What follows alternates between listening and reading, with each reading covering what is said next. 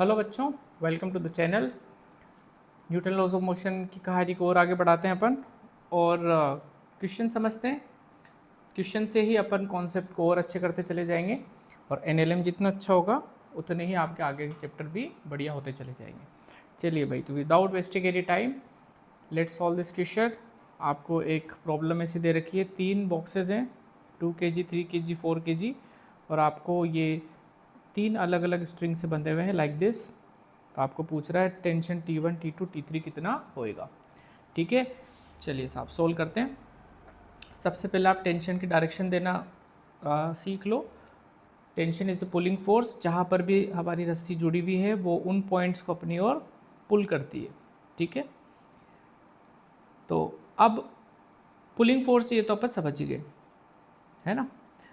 Tension T1 निकालनी है साहब अपन को, तो T1 निकालने के लिए क्या होगा, देखो इस पॉइंट को देखो आप, इस पॉइंट पे टेंशन लगेगी ऊपर T1, और इस पूरे को अगर मैं एक ही सिस्टम मान लूँ तो मैं क्या देख पा रहा हूँ, इस पूरे को अगर एक ही सिस्टम मानूँ तो 2 + 3 + 4 कितना हो गया, 2 + 3 5 और ये 4 9। तो हम इसको ऐसे नहीं बना सकते, ये पूरा 9 kg और इस पे ऊपर लग रही है टेंशन T1।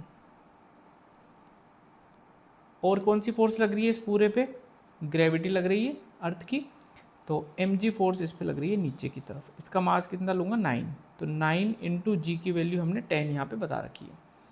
तो बेटा 90 न्यूटन की फोर्स लग रही है नीचे और टेंशन लग रही है ऊपर, क्योंकि हमारा पूरा सिस्टम रेस्ट पर है, इक्विलिब्रियम में रेस्ट पर है। तो ऊपर लगने वाली फोर्स एग्जैक्टली किसके बराबर होगी, नीचे लगने वाली फोर्स की, तभी तो ये यहीं पर है पूरा सिस्टम।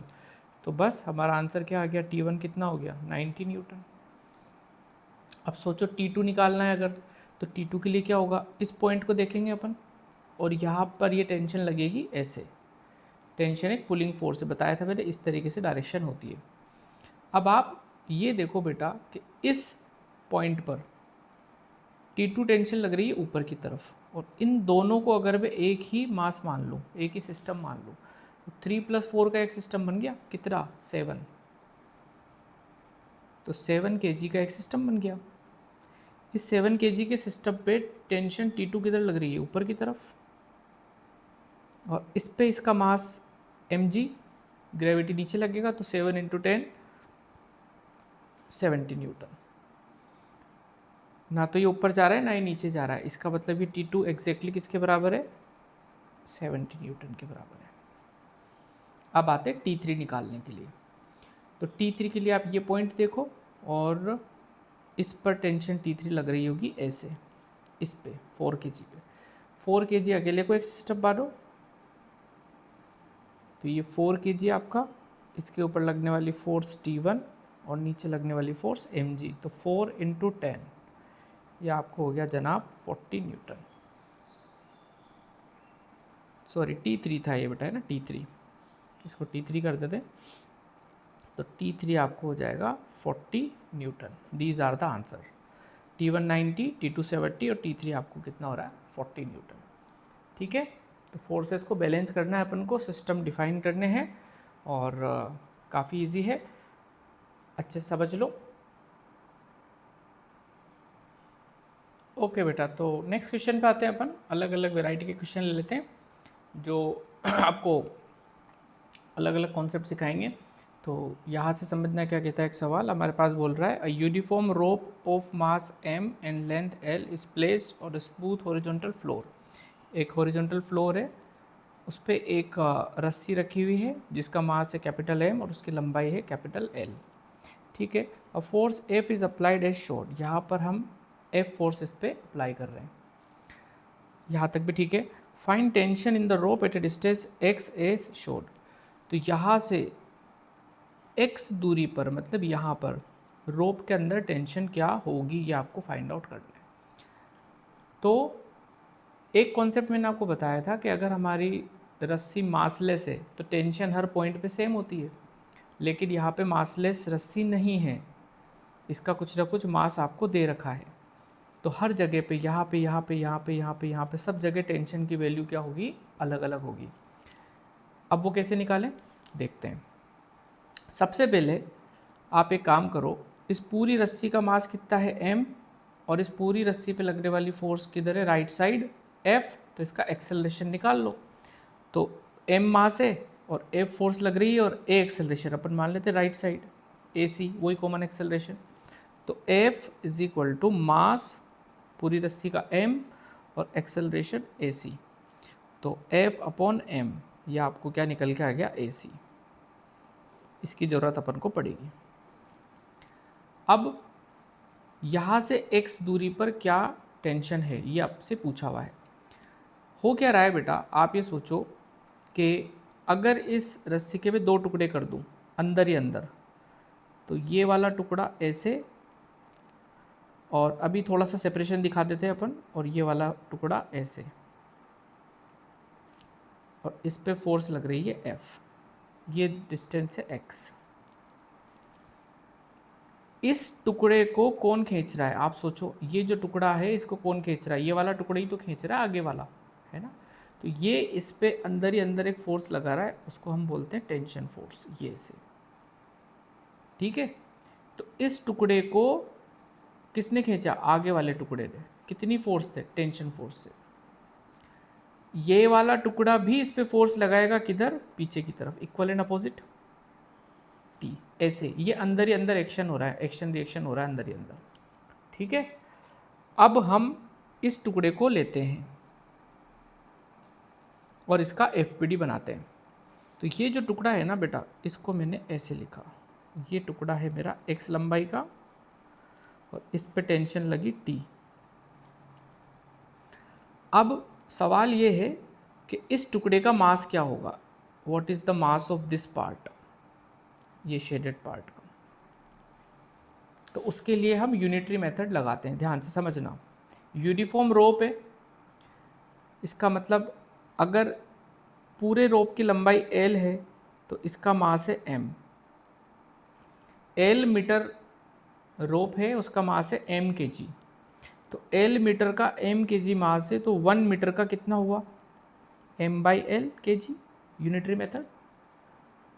समझ में ही मेरी बात, L मीटर की रस्सी है जिसका मास है कैपिटल M, तो 1 मीटर रस्सी का मास कितना हुआ, m/L, इसको बोलते हैं मास पर यूनिट लेंथ।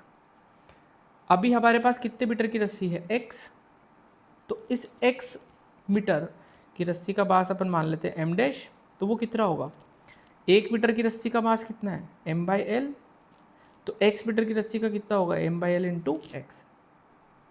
समझ में ही मेरी बात। तो ये जो शेडेड पार्ट है ना, इसका मास है m डैश, और ये वैल्यू अपन निकाल चुके हैं, कितनी, m/L इंटू एक्स। अब एक्सेलरेशन तो कॉमन ही होगा। अब इस रस्सी पे टेंशन लग रही है T, तो न्यूटन सेकंड लॉ लगा दो आप, F is equal to mass m dash into AC। तो T कितना आया बेटा, m डैश की वैल्यू यहाँ से उठाओ, m/L इंटू एक्स, और AC की वैल्यू अपन ने बोल ही दिया था सबसे पहले, काम आएगी F/m। तो दिस इज F/m, ये m से ये m मरा, तो टेंशन कितनी आई निकल के, F/L into x. This is the tension in the rope at a distance x, यहाँ से x दूरी पे। तो इस तरीके से हमें इन सवालों को अप्रोच करना है, ठीक है।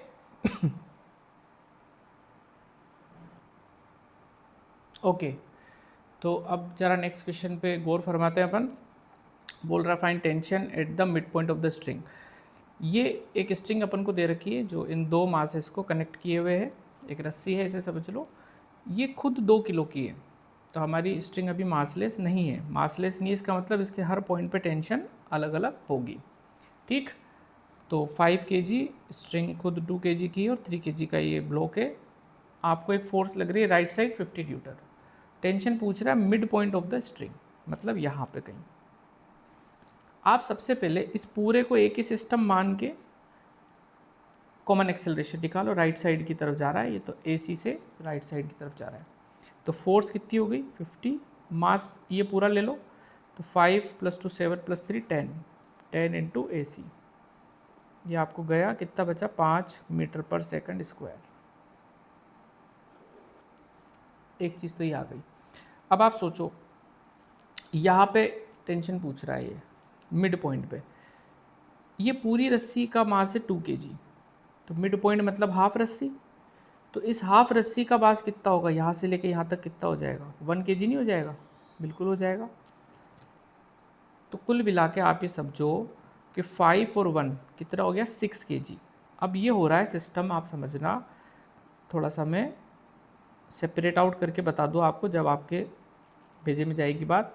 ये 5 kg है, ये मैंने आधा कर दिया हिस्सा स्ट्रिंग का, और बाकी आधा हिस्सा ऐसे है, ठीक है, ये आधा हिस्सा, और फिर ये 3 kg इधर जुड़ा हुआ है ऐसे, 3 kg।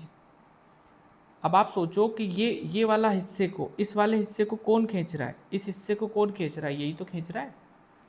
तो एक टेंशन फोर्स लगा रहा है ये अंदर ही अंदर, ये ऐसे लगा रहा है टी,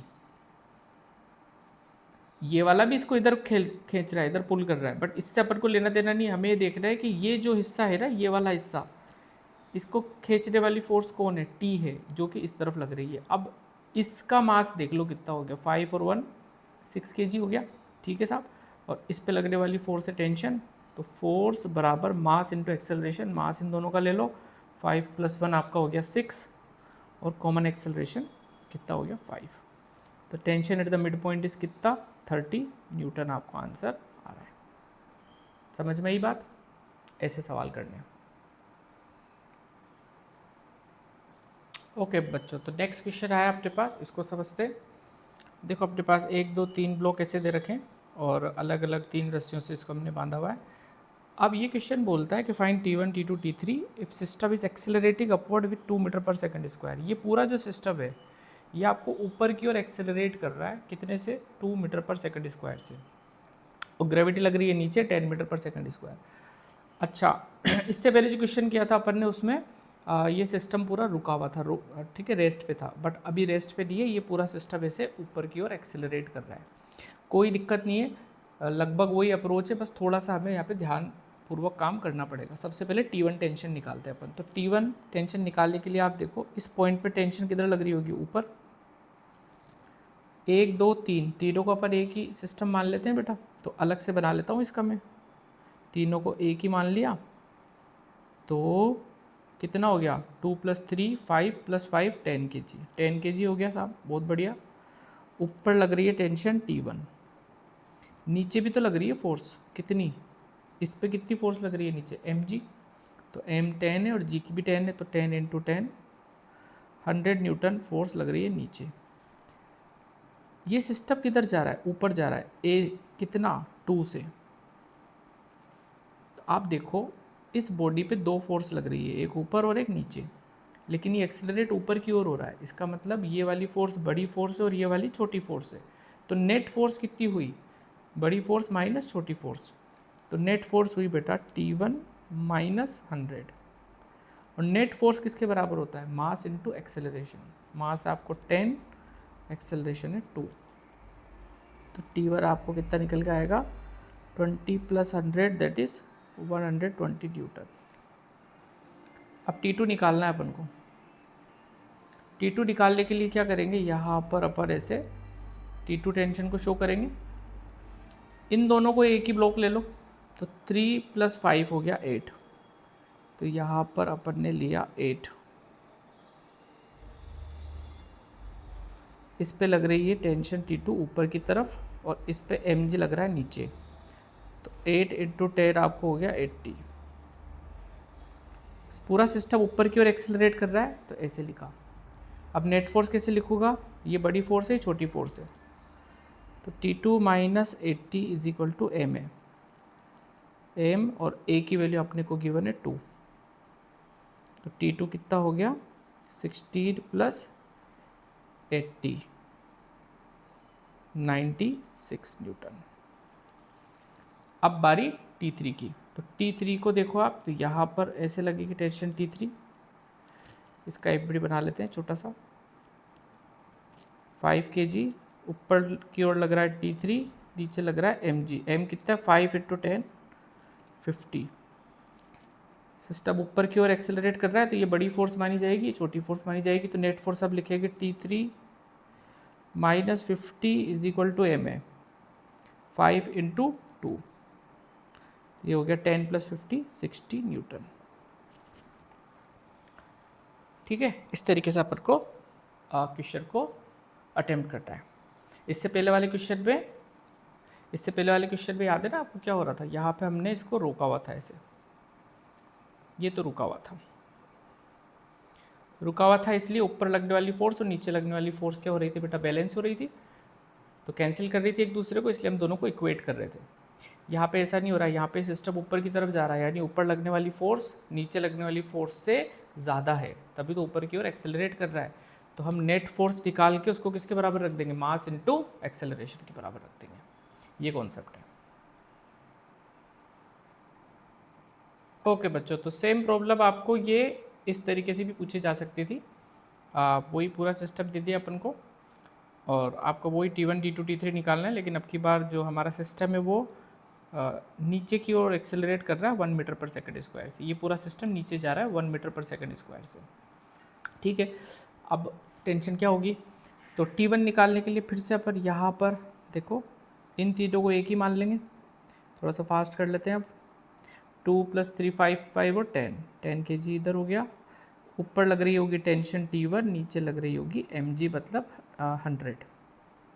अब बेटा ये जा रहा है नीचे की ओर, मतलब ये नीचे एक्सेलरेट कर रहा है a = 1 से, तो ये नीचे एक्सेलरेट कर रहा है, इसका मतलब ये वाली फोर्स बड़ी होगी और ये वाली छोटी होगी। तो नेट फोर्स कैसे लिखेंगे अपन, बड़ी फोर्स माइनस छोटी फोर्स, तो नेट फोर्स होगी 100 माइनस T1 = ma, तो 10 इंटू ए की वैल्यू आपको 1 हो गई, ये इधर जाएगा इधर आ जाएगा, तो 90 न्यूटन आपको इसका आंसर आ गया फर्स्ट का। ऐसे ही T2 निकालना है, तो यहाँ पर ये T2 ऐसे शो करेंगे अपन, 3 और 5 दोनों का एक बना लेंगे, 8 हो जाएगा, 8 kg, ऊपर लगा T2, नीचे लगा mg मतलब 80। अब ये नीचे की ओर एक्सेलरेट कर रहा है, तो फिर बड़ी फोर्स इसको मानेंगे, तो 80 माइनस T2 बराबर ma, तो 8 इंटू ए आपको 1 दे ही रखा है, तो 80 माइनस 8 = T2 यानी 72 न्यूटन आपको ये T2 हो गया। इसी प्रकार से ये आप निकाल लोगे T3 ऊपर और mg नीचे। आप नेट फोर्स कैसे लिखेंगे, 50 माइनस T3 = 5 इंटू 1, तो 50 माइनस 5 हो जाएगा, दैट इज़ 45 न्यूटन, ये आपको आंसर आ गया T3। ठीक है, तो थोड़ा सा हम ध्यान रखेंगे कि ऊपर एक्सेलरेट कर रहा है या नीचे एक्सेलरेट कर रहा है। सेम क्वेश्चन में आपको ये बोल सकता था कि जो हमारा सिस्टम है वो कांस्टेंट वेलोसिटी से चल रहा है, please pay attention, constant velocity से चल रहा है। अगर ये वाला शब्द आ जाता है कांस्टेंट वेलोसिटी, तो कांस्टेंट वेलोसिटी का मतलब एक्सेलरेशन क्या होता है, 0।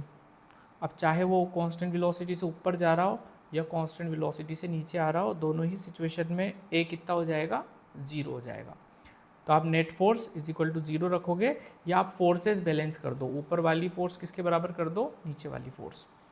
क्लियर है बेटा, तो कांस्टेंट वेलोसिटी से अगर चलता है तो कोई भी फर्क टेंशन पे नहीं पड़ेगा। जो इस सिचुएशन में हमारा आंसर आ रहा था कि हमने इसको बांधा हुआ था एक दीवार से, लगभग वही चीज़ हो जाएगी आपको। ठीक है, ठीक है बेटा, तो अब अपन पुली पे बेस क्वेश्चन करेंगे नेक्स्ट वीडियो में, और अच्छे से समझना, बिल्कुल बेसिक से आपको कोशिश करूँगा समझाने की। तो बने रहिएगा चैनल पे, देखते रहिए वीडियोस, और अपनी राय ज़रूर दें कमेंट के अंदर, कुछ भी इम्प्रूवमेंट अगर आप चाहते हैं तो। ठीक है, चलिए बेटा, मिलते हैं अपन नेक्स्ट वीडियो में, तब तक के लिए टाटा bye bye, take care, God bless you.